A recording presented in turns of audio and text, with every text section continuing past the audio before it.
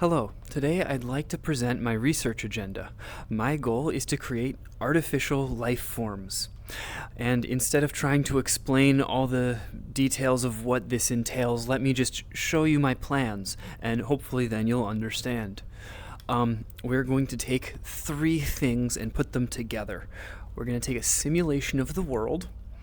We don't play in the real world. We're going to use simulations of the world, like video games, or physics simulations, but mostly video games because they're a lot more fun to play with.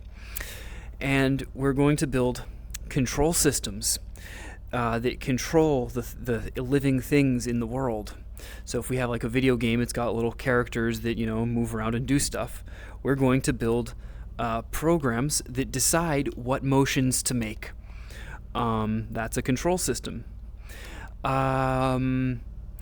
The control systems are going to be inspired by neuroscience.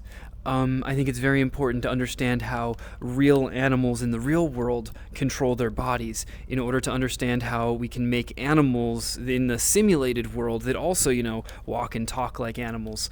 So we're going to study a bunch of neuroscience to understand how control systems work.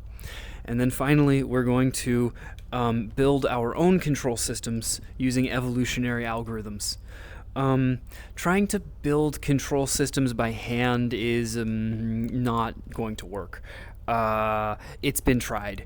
The control system for an animal, as complex as you or I, is way too complicated to do by hand. We can try to understand how the brain works and how the body works, and it's really important that we try to understand these things for medicine and for knowledge. But when we go to make a new animal that we want to make for our little simulated world, we're going to need to pull out real tools to create it, not just manually making things by hand. That's just not going to scale to the complexity of a real animal. So we need to understand evolution as well.